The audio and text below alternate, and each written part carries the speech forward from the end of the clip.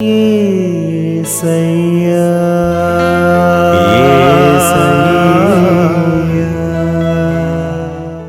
హల్లెలూయా. దేవునికి స్తోత్రం.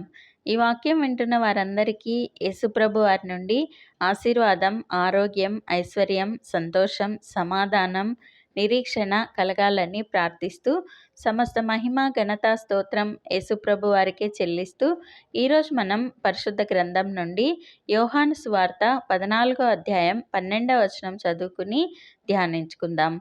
నేను తండ్రి యొద్దకు వెళ్ళుచున్నాను గనుక నేను చేయు క్రియలు నాయందు విశ్వాసముంచువాడును చేయును. వాటికంటే మరి గొప్పవియు అతడు చేయునని మీతో నిశ్చయంగా చెప్పుచున్నాను.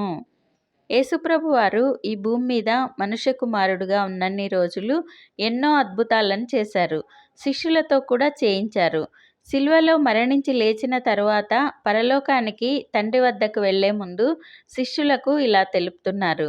ఇవి నమ్మిన ప్రతి ఒక్కరి ద్వారా జరుగుతాయి అని సెలవిస్తున్నారు. ఇది మనం ఉపమానం ద్వారా తెలుసుకుందాం. ఒక కిరాణా కొట్టు వ్యాపారి ఒకరోజు చర్చికి వెళ్ళి వస్తుండగా ఒక అనాథ బాలుడు తినటానికి తిండి లేక ఆకలితో ఆ వ్యాపారి వద్దకు వచ్చి, అయ్యా, ఆకలిగా ఉంది, తినటానికి ఆహారం లేదు, డబ్బు లేదు, మీరేదైనా పని ఇచ్చి తినటానికి ఇంత అన్నం పెట్టండి అయ్యా అని అడిగాడు. ఆ బాలుడి మాటలకు చెల్లించిపోయిన వ్యాపారి తనతో పాటు తన ఇంటికి తీసుకుని వెళ్ళి మంచి భోజనం పెట్టించి తన దుకాణంలో సరుకులు కట్టి ఇచ్చే పనిని నేర్పాడు. తనతో పాటు మందిరానికి తీసుకువెళ్ళేవాడు. బైబిల్ ఇచ్చి చదవమని చెప్పి ప్రార్థన చేయటం నేర్పాడు. ఆ అబ్బాయి బైబిల్ చదువుతుండగా యేసుప్రభు వారు చేసిన స్వస్థతలు, అద్భుతాలు చదివి ఆశ్చర్యపోయి తన యజమానితో చర్చించేవాడు. తీరిక దొరికినప్పుడల్లా యేసుప్రభు వారు చేసిన అద్భుతాలనే చదివి ధ్యానించేవాడు. యేసుప్రభు వారిలాగా తను కూడా రోగులను స్వస్థపరచాలని బాగా ప్రార్థించేవాడు. ఇలా కొన్ని సంవత్సరాలు గడిచాయి. ఒకరోజు సరుకుల కోసం దుకాణానికి చాలామంది వచ్చారు. వారికి ఒక్కొక్కరికి వారి లిస్టు ప్రకారం సరుకులు కట్టిస్తున్నాడు. వారిలో ఒక ముసలామ నిల్చునే శక్తి లేక అలానే నిల్చుని మూలుగుతూ ఉండటం ఆ అబ్బాయి గమనించాడు.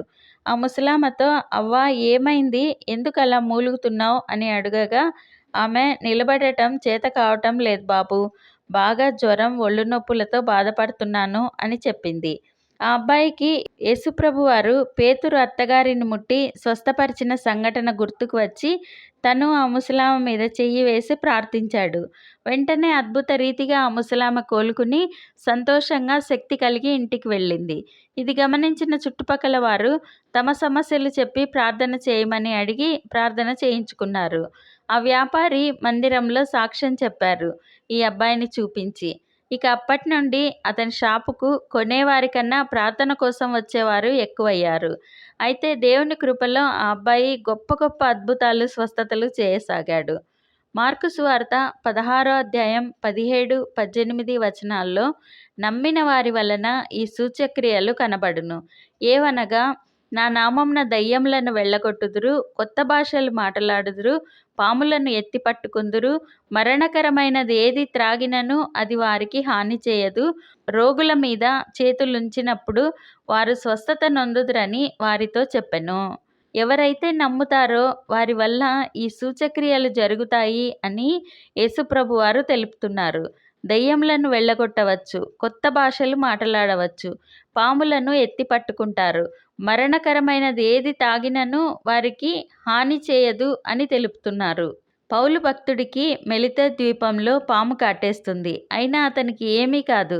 అతను యేసుప్రభు వారిని, ఆయన చేసే అద్భుతాలను బాగా నమ్మారు కాబట్టి అతనికి ఏమీ కాలేదు. అలాగే రోగుల మీద చేతులుంచినప్పుడు స్వస్థతలు జరుగుతాయి అని సెలవిస్తున్నారు.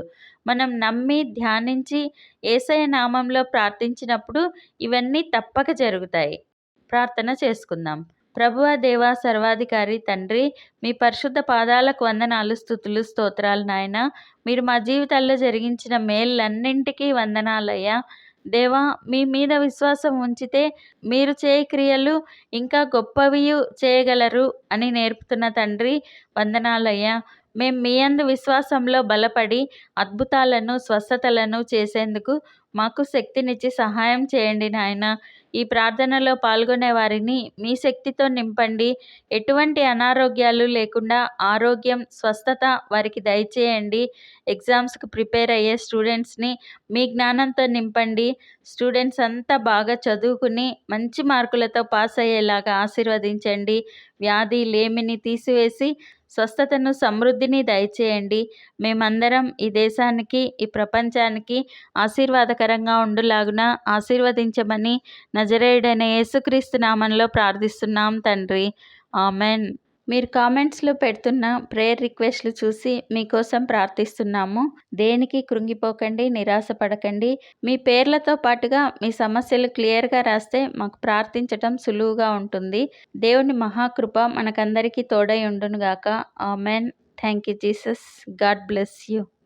మేము మా ఛానల్లో అందించిన ఇతర వీడియోలను కూడా తప్పకుండా చూసి మీ మిత్రులకు షేర్ చేయగలరు. ఇప్పటి వరకు మా ఛానల్ సబ్స్క్రైబ్ చేయకుంటే వెంటనే సబ్స్క్రైబ్ చేసి కొత్త వీడియోల నోటిఫికేషన్స్ కోసం సబ్స్క్రైబ్ బటన్ పక్కనే ఉన్న బెల్ గుర్తును క్లిక్ చేయండి. అందరికీ వందనాలు. మోషే తన జనాంగానికి బలమైన కోటగా మారి వారిని కాపాడుతూ పాలు తేనెలు ప్రవహించే దేశం వైపు నడిపించాడు. మరోవైపు చూస్తే దేవుని ఆత్మను కలిగిన సౌలు చేరివచ్చిన దావీదును ఉపయోగించుకోలేకపోయాడు, అవమానించాడు, ప్రాణభయంతో పారిపోయేలా చేశాడు. అయినా దేవుడు దావీదు పక్షాన ఉన్నాడు. దేవుని బలమైన దుర్గములో ఆయననే నమ్ముకుని ఉన్నాడు కాబట్టే దావీదు మహారాజు కాగలిగాడు.